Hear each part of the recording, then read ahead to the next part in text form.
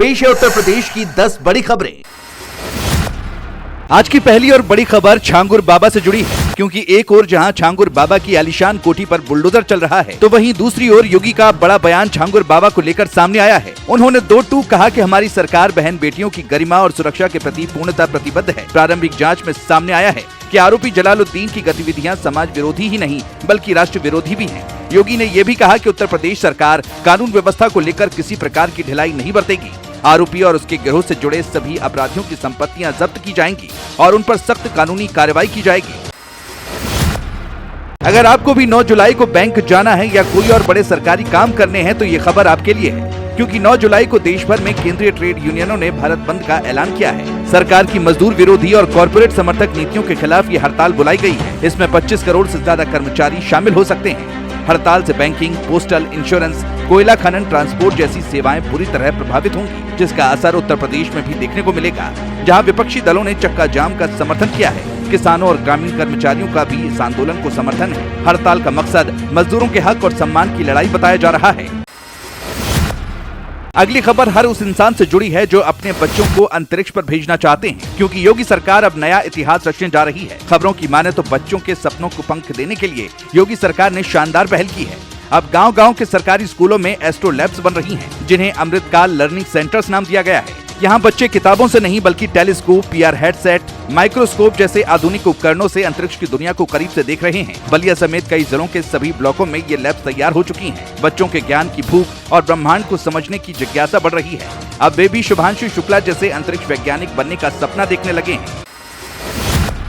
भोले के भक्तों की सेवा में खुद उतरे योगी बाबा। जी हाँ, सावन में होने वाली कांवड़ यात्रा को लेकर योगी ने खुद कमान संभाल ली है। गाजियाबाद से बिजनौर तक हेलीकॉप्टर से यात्रा मार्ग का हवाई निरीक्षण करते हुए उन्होंने अधिकारियों को साफ निर्देश दिए कि श्रद्धालुओं की सुरक्षा, सुविधा और भावना का पूरा सम्मान हो। योगी ने कहा कि ये यात्रा सिर्फ धार्मिक आयोजन नहीं, करोड़ों शिव भक्तों की आस्था का प्रतीक है। किसी ने भी खाने में गड़बड़ी या माहौल बिगाड़ने की कोशिश की तो जीरो टॉलरेंस और सख्त कार्रवाई होगी।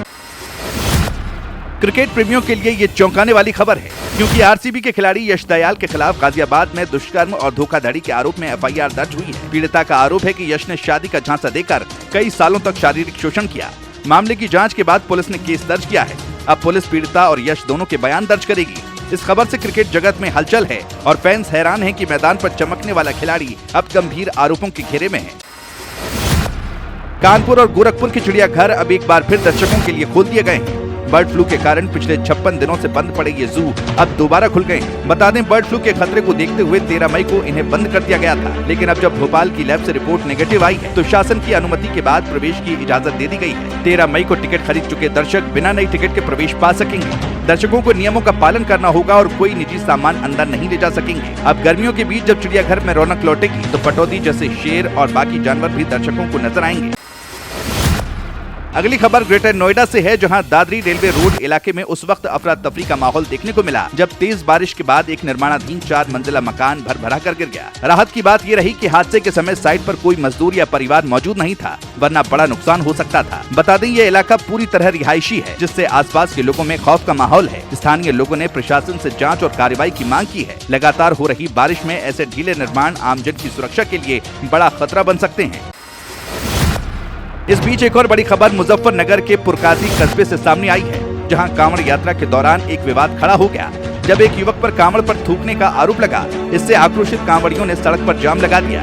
हालांकि मौके पर पहुंची पुलिस ने स्थिति को संभालते हुए कई घंटे की मशक्कत के बाद कांवड़ियों को शांत कराया। पुलिस ने हरिद्वार से नया गंगा जल मंगवाकर यात्रा दोबारा शुरू करवाई। आरोपी युवक को गिरफ्तार कर लिया गया है और मामले की जाँच जारी है। फिलहाल माहौल शांत है और सुरक्षा व्यवस्था कड़ी कर दी गई है। 10 जुलाई से शुरू हो रही कांवड़ यात्रा को लेकर मेरठ में 4 राज्यों यूपी, हरियाणा, दिल्ली और उत्तराखंड के अफसरों की बड़ी बैठक बुलाई गई। खबरों की माने तो इस बैठक में हरिद्वार और गोमुख से जल लेकर लौटने वाले करीब 2 करोड़ कांवड़ियों की सुरक्षा और सुविधा को लेकर प्लानिंग हुई। बताया जा रहा है कि इस बार कांवड़ रूट पर ड्रोन से निगरानी होगी और ट्रैफिक प्लान 10 जुलाई की रात से लागू होगा। इस बैठक में मेरठ, बरेली, आगरा जोन के अफसर, डीएम और यूपी डीजीपी राजीव कृष्ण भी बैठक में मौजूद रहे। अगली खबर मथुरा के वृंदावन से है, जहां एक दर्दनाक घटना सामने आई। दरअसल कार में बंद रहने से एक पालतू डॉग ने दम तोड़ दिया। दर्शन करने आए दंपत्ति अपने डॉग को करीब 3 घंटे तक कार में बंद करके चले गए। गर्मी और ऑक्सीजन की कमी से डॉग तड़पता रहा, लेकिन जब तक कार खोली गई उसकी जान जा चुकी थी। पार्किंग गार्ड ने डॉग को निकालने की कोशिश की, मगर मालिकों ने मना कर दिया था। लौटने पर जब डॉग को मरा देखा तो दंपत्ति फूट फूट कर रोने लगे और बोले, हमारी ये गलती ने हमारे बच्चे की जान ले ली।